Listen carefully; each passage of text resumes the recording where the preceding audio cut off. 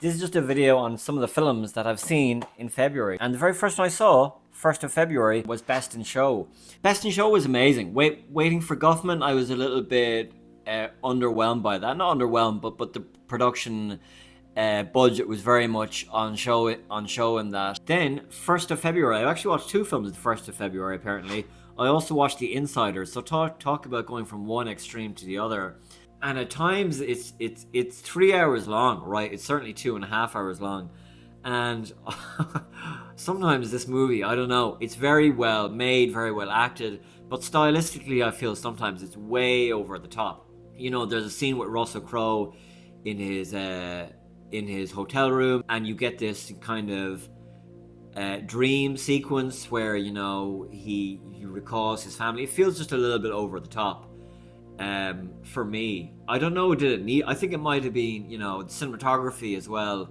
It feels a little bit over the top, that movie. I think Michael Mann, the budget was a little bit too high.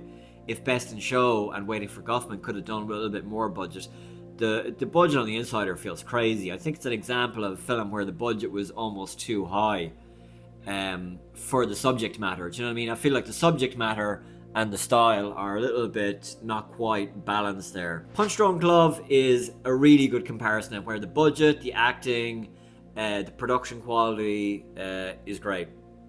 P.T. Anderson, just coming off Magnolia, I think was the film he made before that. Punch Drunk Love, 2002.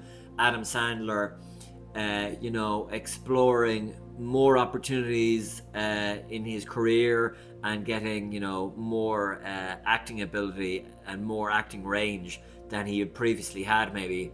It's a great movie. I gave that 4 stars. Why wouldn't I? I've given everything 4 stars so far. Red Eye, 2nd of February. Rachel McAdams and Cillian Murphy. I think I knew I was going to be watching the Sam Raimi movie later in the month, Send Help, and that's how I watched this, why I watched this movie. Some of these are just totally random. Catherine O'Hara died, so I watched Best in Show.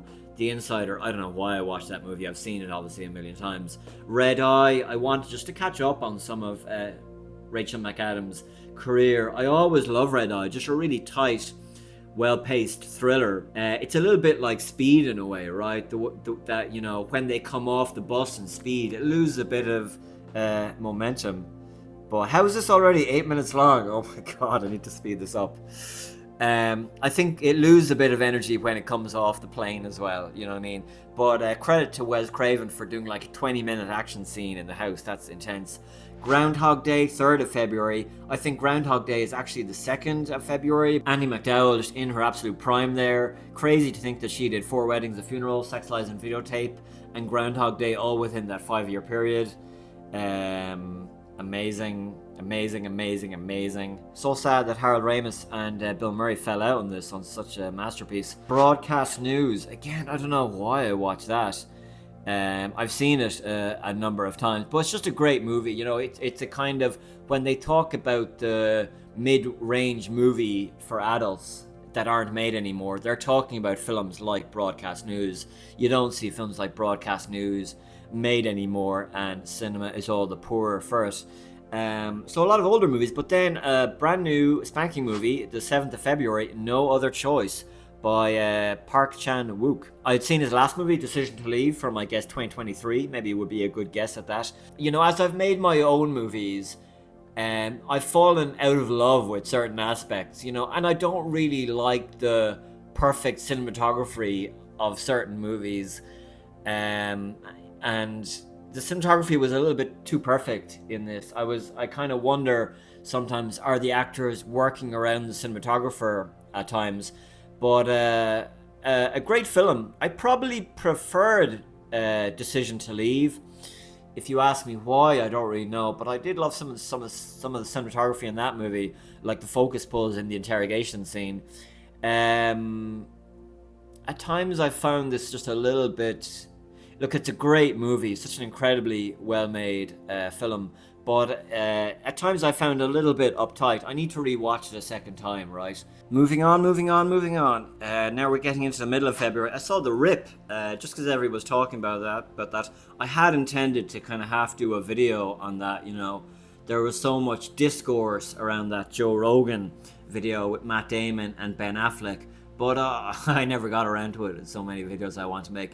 I thought the script was great. I enjoyed the movie. The best part of it was probably the chemistry between Damon and Affleck, and also the script. I thought the cinematography was quite flat, and again, it suffered from that kind of Netflix cinematography.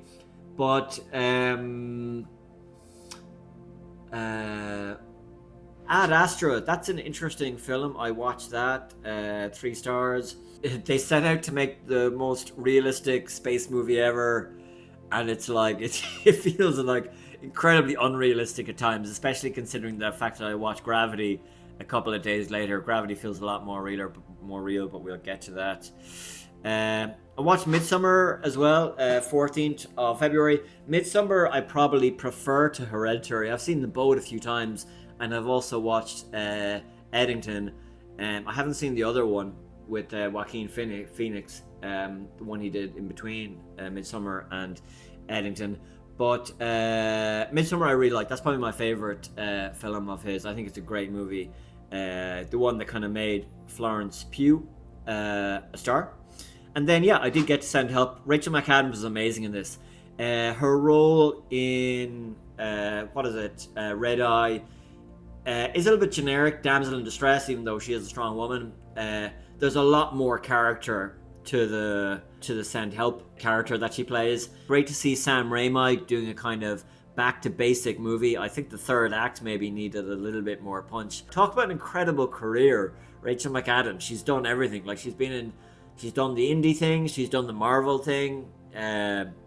Really, really great. Did she do a Marvel movie with Sam Raimi? Was she in one of the Doctor Strange movies? I might be wrong about that because I'm not a big Marvel guy. Then on 18th of February, I watched Is This Thing On? You know, if you asked me to pick a favorite movie of February, I would probably pick Is This Thing On? It was everything that I want films to be. And I guess I guess that it's based on Michael McIntyre's, is that his name, comedy career, but it's not about that. It's even really not about Will Arnett becoming famous or anything. It's more about him, you know, using comedy as a kind of an escape from disintegrating personal life. Gravity, I've seen that before. Definitely the weakest scene is George Clooney coming back into the spaceship, that dream sequence, but it's fine, it works. Sandra Bullock absolutely carries that movie. She should have won the Oscar that year. I've seen that movie a few times. Black Bag, that was my first time re-watching that movie, the Steven Soderbergh movie. It kind of came out around, or nearly virtually the same time 2 years ago as that Haunted House film that he made, which was great as well. Just a really tight thriller, great central performance by Michael Fassbender, doing a kind of Harry Palmer, Michael Caine thing, especially with the glasses. Cate Blanchett doing a really sultry turn as his wife, and we don't know if we can trust her or not.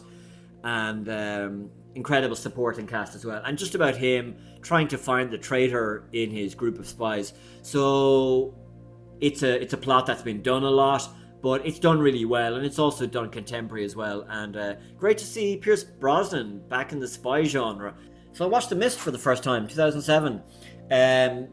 I don't know why, you know, a little bit or a lot of a cinema snob, so I guess I missed that when it came out. But Frank Darabont and Stephen King, you can't go wrong.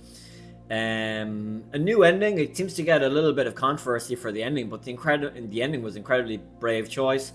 Different to the book, I think, so I'm not sure what the book does. I suppose a little bit maybe similar to, you could say, if you want to, Red Eye. A majoritively one location horror film, in this case the supermarket, so that was great. Some of the alien stuff is really great. I love some of the ending stuff when they're getting out just before the ending and they feel like they're in a different world. Frankenstein, the 26th of September, we're getting there now. Guillermo del Toro, I just never seen this, I missed it. Guillermo del Toro, he's really working closely with Netflix. And Netflix just seemed to really support his projects. Nightmare Alley was done with Netflix as well. I thought it was pretty good. You know, doing period stuff. which it obviously is, it takes a lot of work not to make it stuffy when you introduce that budget and the costumes and I guess a decent amount of extras in certain scenes in the middle of the picture. And at times some of that Victorian stuff, it felt a little bit stuffy, like some of the actors, they have to work harder to get themselves out of the costume or something. I don't know what it is. I only gave it 3 stars. Should I feel bad about that? But anyway, Jacob Elderoy was really cool. He's maybe not big enough. Could they have made Jacob Elderoy bigger? Would that have been cool? Mia Goth's story does not work at all. Is that the way it is in the book as well? That her character falls in love with Frankenstein? The Secret Agent. That was a Brazilian film. I hope I'm right in that. No, it is Brazilian. Interesting mix between the past and the present, and it's like a research group who are... It's a gradual thing, I think. You don't meet the research group, but it's set mainly in the past. In, I think, the 70s in Brazil, or the late 60s, but I think 70s. I don't know anyone who's involved in this. I know the director has done a few stuff, but I haven't seen them. But I know I watched the movie and I enjoyed it. The one I love, this is kind of a great movie as well. It's from that really cool period, which I like more and more the more I think about it. That kind of 2014 period where you got a lot of kind of cool mumblecore films. And it also was a little bit, you had elements of sci-fi in them as well. So I would call the Melancholia film. I would also call Primer from that period as well. And the one I love, which is the Duplass brothers. I think produced it, and one of the Duplass brothers is in it. And obviously the girl from Mad Men is in it. And I really love this movie. What's her name again? Elizabeth Moss. And I think Ted Danson's son directed it as well, so there's obviously a bit of nepotism in there. But a really great movie, and it's the kind of movie that I want to make, I guess, where it's you get the character stuff, but you also get a lot of the great genre potential, and the genre stuff doesn't overthrow the character stuff, and the character stuff, when it's real and serious, doesn't undermine the genre stuff as well. Okay, and last film I watched in February then was a film I saw when it came out, and I was a little bit underwhelmed by it, but Ridley Scott's American Gangster. This is a great movie. This is like a modern masterpiece, I felt, bar a couple of things. But you've got Ridley Scott, Denzel Washington, Russell Crowe. This is an incredible movie, my God. I don't know why I was so underwhelmed by this.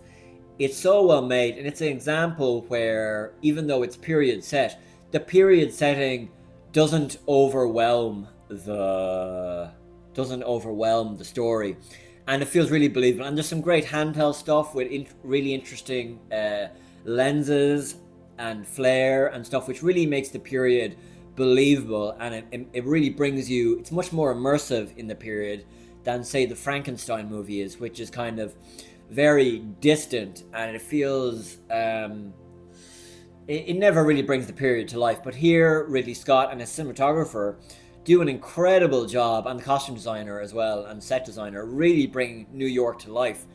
And every frame you really feel like you're back in the late 60s, early 70s New York.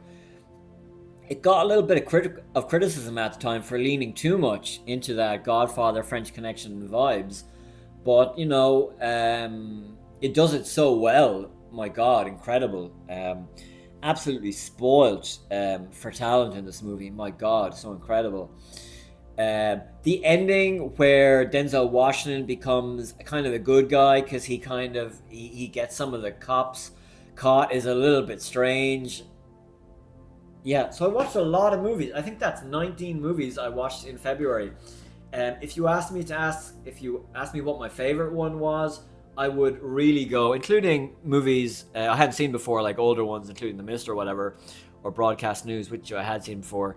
It would be Is This Thing On? I would really recommend people go see that if they haven't seen it. So yeah, I guess that's the end of the video. Thank you so much for watching, and we'll be back with another video very, very soon. Maybe next week. I don't know. We'll see.